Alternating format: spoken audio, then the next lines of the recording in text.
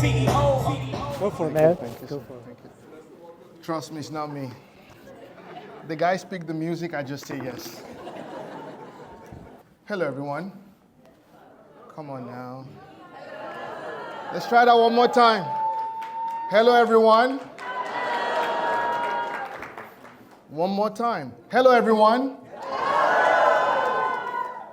Okay,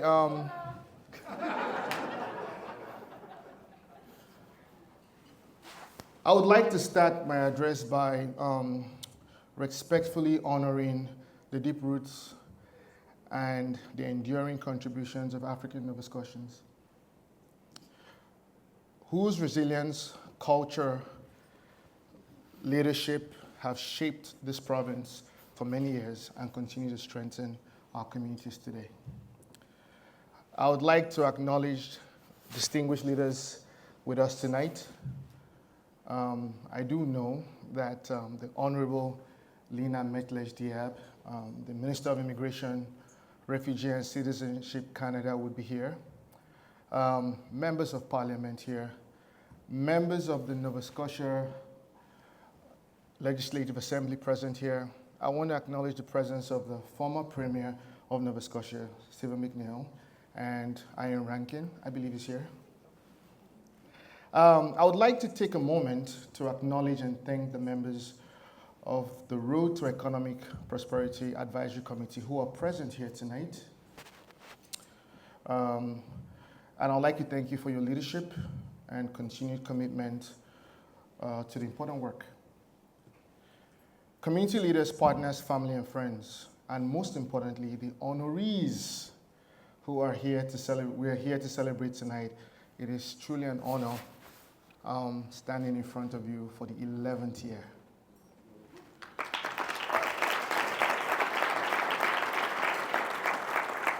Tonight is a celebration. It's a moment of gratitude and discernment. My theme this year is gratitude and discernment. I struggled with my speech. I was on Global with Paul, and he asked me a question about, I'm breaking things today, I don't know what's going on. It's okay. And he asked me if I'd done my speech, and I said I'm still working on it, because truly, everything that comes to mind is just being grateful. It's a moment of gratitude and discernment. Gratitude for the journeys in this room, discernment for those whose journeys teach us about leadership, courage, and belonging. I want to share something personal. I remember a moment early in my journey in Canada when I realized that being welcome and belonging are not the same thing. I was grateful to be here, for the opportunity, for the chance to build a life, but I also quickly learned that belonging often requires something deeper. Someone who sees you. Someone who gives you a chance before you have a title. And before you have that credibility, I was that person. There are people in this room who gave me a chance before they even knew my vision. They took a chance on me. So I encourage you tonight, take a chance on somebody. Someone who gives you a chance before you have a title.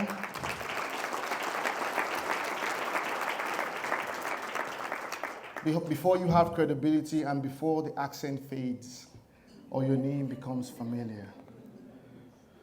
Many of the people in this room tonight know exactly what I'm talking about. Immigration stories are rarely begin with certainty. There's a lot of uncertainty when you pack up your bags, you leave your comfort zone, and you travel halfway across the world. There's a lot of uncertainty, there's a lot of bravery. You don't know what to expect, but you pick up your bags and you go. They begin with hope and often with fear. And I tell people it's okay to be afraid, but just move. With fear in your heart, move. Fear of starting over again, fear of being misunderstood, and yet, despite that fear, our honorees chose courage. And that's why we're honoring them tonight. I've seen this firsthand in our communities. I've met immigrants who've worked jobs far below their qualifications, not because they lack the talent, but because they lack access. But instead of becoming bitter, they became builders. I'm going to say that again. You have a choice. You can be bitter at the circumstances presented to you, or you become a builder. You work with what you have and you build upon it. Not because they lacked talent, but because they lacked access. And instead of becoming bitter, they became builders. They volunteered. They mentored. They showed up. They turned waiting rooms into classrooms, setbacks into stepping stones, and closed doors into new pathways. This is leadership we're celebrating tonight. Leadership doesn't have to always come with a microphone, but always comes with impact and consistency. Another personal reflection I'll share, there were moments when I questioned whether my work truly mattered. I do question it sometimes. I have bad days too, even though I smile all the time. I do have bad days. Whether advocating, building programs, creating platforms, and having difficult conversations was making a difference. And then one day, someone sent me a message on LinkedIn. And the person said, seeing someone like you gave me the permission to believe in myself. And that changed everything.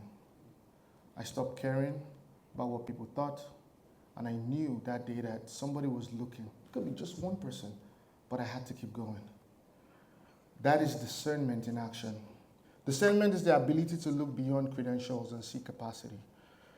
To look beyond differences and see contribution. To recognize that inclusion is not only about being kind, it's about being wise. Tonight's honorees embody that wisdom. You didn't just succeed, you lifted others as you climbed. You didn't just integrate, you helped transform spaces you entered.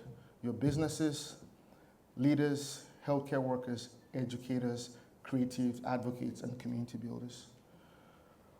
But more than that, you are proof that when people are trusted, supported, and valued, they don't just survive, they lead.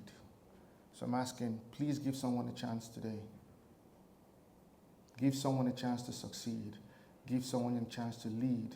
And give someone a chance to give back.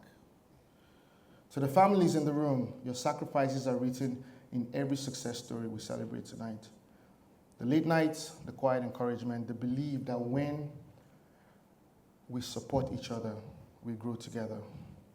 To our partners and decision makers, tonight is also a call to discernment, a reminder that the future of Nova Scotia and Canada depend on how we recognize talent, how boldly we remove barriers. I'll say that again. How boldly we remove barriers, and how intentional we create pathways for leadership. And to the honorees, tonight we say thank you, not just for what you have achieved, but for who you're becoming. Somewhere right now, someone is watching your journey and thinking, maybe there is a place for me too. So don't stop. Some days will be hard. Some days you go to certain places, the doors are shut. Don't stop, because just like me, someone is looking up to you and believing that they too can make it. That is legacy, that is leadership, and that is power of gratitude, guided by discernment. Tonight I stand before you with a heart full of gratitude. That's all I got. I tried to write something else, talk about, I just didn't, nothing came up besides saying thank you. My heart is full.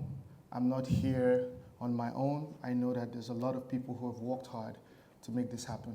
When I go out, people think I am the person that makes it happen, but there's a whole lot of people behind me.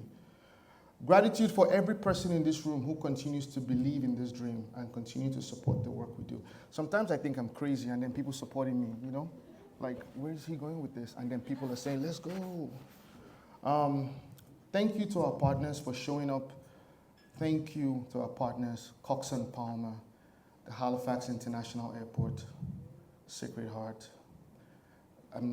Listen, if I didn't mention the organization, I promise you, thank you. I'm just blacking out right now. But what I'm saying is that without the partners, we cannot continue this work. And I thank you from the bottom of my heart. Thank you to our partners for showing up year after year and for standing with us in ways that truly matter. Thank you to my friends, my Paul McKinnon. While I was away in Nigeria for Christmas, and I don't know if you know, Donald Trump sent us a big, beautiful bomb on Christmas Day, but it was to the northern part of Nigeria. And Paul sent me a message and said, "I hope you're okay." Right, so I don't, but we still have not booked our time for lunch. Can you check your schedule, please? We need to check your schedule. But yes, friends like Paul, thank you to everybody for standing with us in ways that truly matter. Thank you to my friends, those that walk into rooms I'm not in, who speak my name, and who tell others about the work that we're building together. That kind of belief is something I never take lightly. Thank you to those that go into rooms and say, "No, call Ifeanyi, he'll be able to do this." Thank you to those who remember me when opportunities come up. I really appreciate you, I don't take it. To my team, thank you. Thank you for the long hours, the dedication, the quiet excellence behind the scenes. None of this is possible without you. I see your hard work, I appreciate it deeply, and I truly cannot thank you enough. I want to especially thank Sally, because Sally really stepped up. She's recently promoted to Manager of Partnerships and Program, and she really did step up. Our creative director who flew all the way from BC to be here, all this beautiful artwork you see, she did it. But I'm not saying this so you come and take my people, okay? Just to be clear. But I think it's important for me to let everybody know that just because I'm the face doesn't mean I do all the work. I think it would be very unkind for me as a leader to take all the credit. And I think it's important not to just say thank you to the team, but to point out the people who are doing the work. And that's leadership to me. So team members, thank you very much. I don't take it for granted at all. To the advisory committee who take the time to go through the nominees, thank you for your leadership. Thank you, Pernille, for leading such an amazing group of people. Your insight, the incredible work you continue to do, strengthen this initiative. Your guidance has shaped what we celebrate tonight. And finally, to my amazing wife, thank you. Thank you for keeping me grounded, for holding me accountable, and quite honestly, for saving me from myself. I would not be standing here without you. And I want to leave you with a simple challenge. I challenge you to lead with gratitude in your heart, because there is always something to be grateful for, something. It could be when it snows, we thank God for the snow. When the sun shines, we thank God. When it rains, it's blessing. So there's something to be thankful for. Be kind to others, because everyone is carrying something we may not see. But being kind and speak with empathy, communicate with the intention, and always leave the other person with their dignity intact. Thank you very much. Good evening and God bless.